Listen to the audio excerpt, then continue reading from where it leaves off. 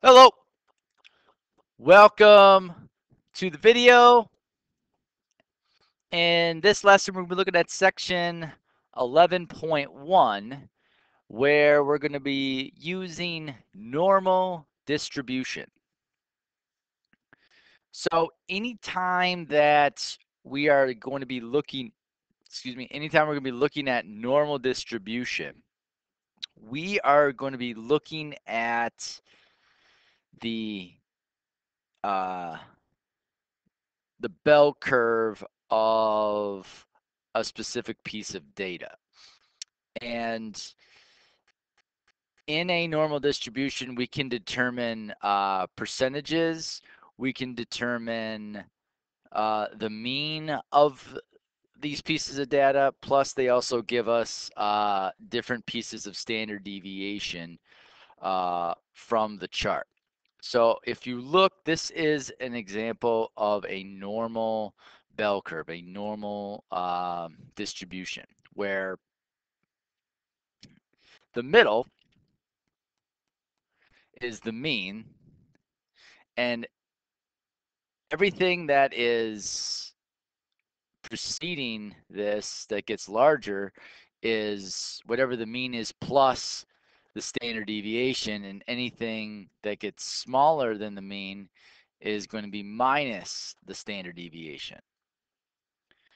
Now, depending on what the mean and the standard deviation actually is, our curve gives us specific percentages of that specific piece of data. So what they are saying on the bell curve on the left is that anything that is plus or minus the mean makes up 68% of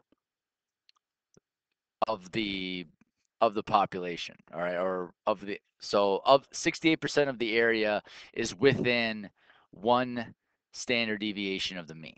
Okay, whatever they're specifically asking us.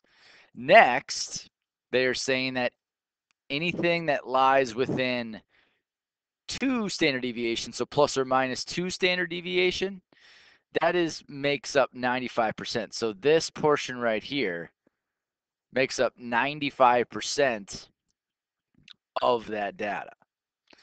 And then finally, if you are within three standard deviation of the mean, plus or minus, that makes up 99.7%. So anything beyond that is, so like this portion right here and this portion right here makes up 0.3% of the data. All right, and then because it's symmetrical, if you look at the chart on the right, so like anything that is plus one standard deviation of the mean, this is only 34%. This is 34%. So then they kind of break it down that way as well. And so you're going to be able to reference these two charts in order for us to answer some questions. So in this one here, it says a normal distribution has has a mean and standard deviation, and it says an x is a randomly selected from the distribution. They want you to find the probability that x lands between um, the mean and 2 minus the standard deviation. So if we were to refer back to the chart here, so the mean is right here, and the mean minus 2 standard deviation is right here. So what they want is they want to figure out what the probability is if this value of x fell in this area right here. So we have two pieces of percentages. We know that between the mean and The mean minus one standard deviation is 34%, and the mean minus 2 times the standard deviation is 13.5%. So going back here to find the probability of this, we are just going to take the 13.5 plus the 34%, and then that is going to give us our probability, which is 47.5%.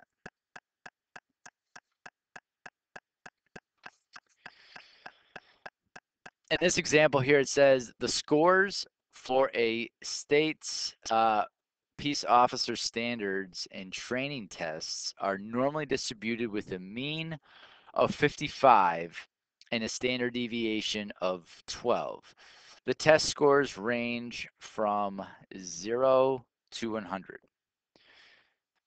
The first question here, it says about what percent of the people taking the test have scores between 43 and 67. All right, so what we're going to do first is let's make our bell curve like so. And sorry, this doesn't look great, but you know, is what it is. The mean they're saying is 55, so that goes in the middle.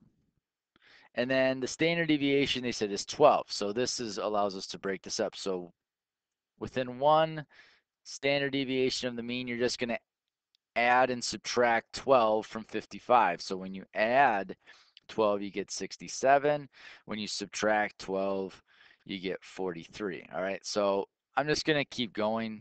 So within 2, if I added 12, I'd get 79. If I subtracted 12 from 43, I'd get 31. Add 12 again from 79, I'd get 91. And subtract 12 from 31, I'd get 19. Okay, so this is the mean. And then this is 1 standard deviation. This is 2 standard deviation. This is 3 standard deviation. This is like -2, or sorry.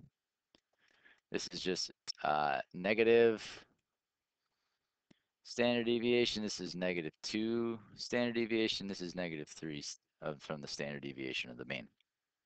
So they want to know the scores between 43 and 67. Well, that's both of them are within 1 standard deviation of the mean, and we said that if you're 1 standard deviation of the mean, that makes up 68% of the population. So 68% of the people taking the test would have scored between 43 and 67. Here it asks, it says, an agency in the state will only hire applicants with test scores of 67 or greater. What is the percent of people have test scores that make them eligible to be hired by the agency? So the ones that are eligible, they said, are 67 or higher. So that is this portion of the population. So what we got here is going to be this portion right here consisted of 13.5%. This portion right here consisted for 2.35%, and this is all in the chart over here, right here, and anything past 3 of the standard deviation is 0.15%.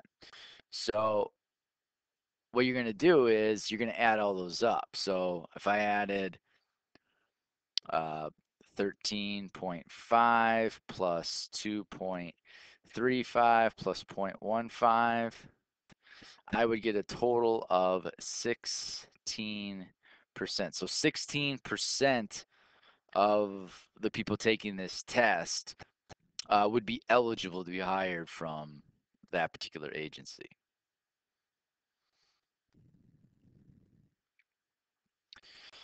Okay, so in this example here, it says a study finds that the weights of infants at birth are normally distributed with a mean of 3,270 grams and a standard deviation of 600 grams. An infant is randomly chosen.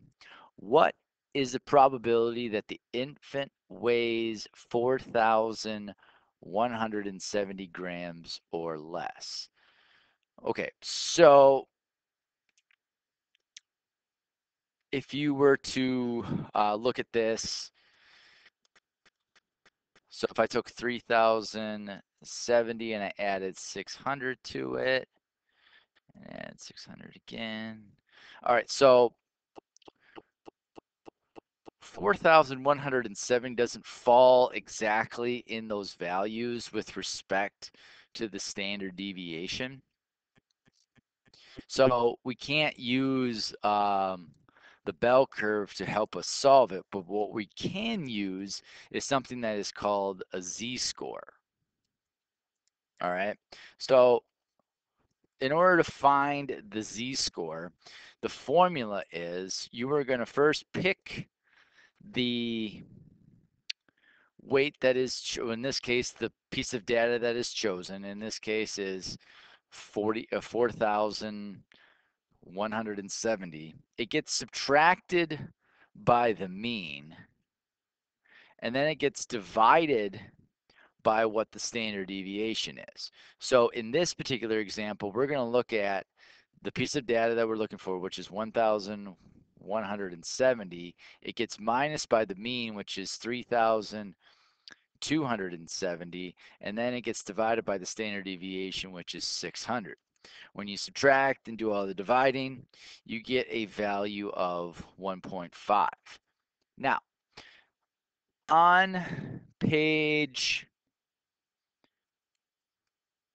598 in our text, we have what is called a standard normal table.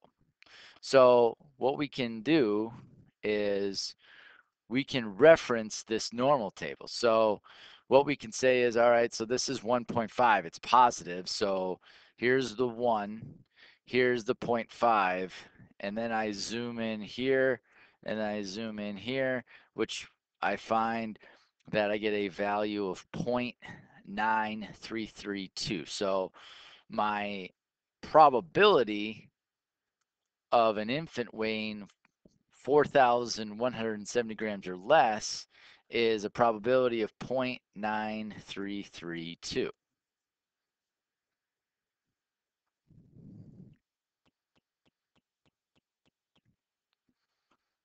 or 93.32%. The last thing that we're going to look at is being able to identify a histogram and notice that um, does it appear to have a normal distribution. So if you refer to page 599, if you look by recognizing normal distribution, it says things where does our histogram appear to be symmetrical? All right, does it look close to being symmetrical? So if you were to look here, I would say that, since I kind of drew it with the intent to make it look symmetrical, does most of the data fall inside um, my curve? And for example A, the answer is yes. So I would say that example A would be a normal distribution. Now for B, if I were to do that,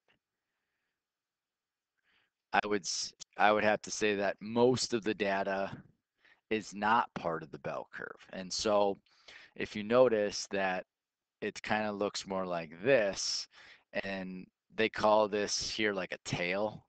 And since the tail is longer to the right, they're saying that this particular graph is skewed to the right. So this would not be symmetrical. So I would say no. Okay. And then the final one here, if you notice, it doesn't look like it would be normal distribution. Uh, it kind of looks something that would kind of look like this. And again, this tail is longer on the left-hand side. So this is an example of something that is skewed left. And again, this answer is no, this is not a normal distribution. And that is being able to use normal distribution. Hope this helps. Until next time.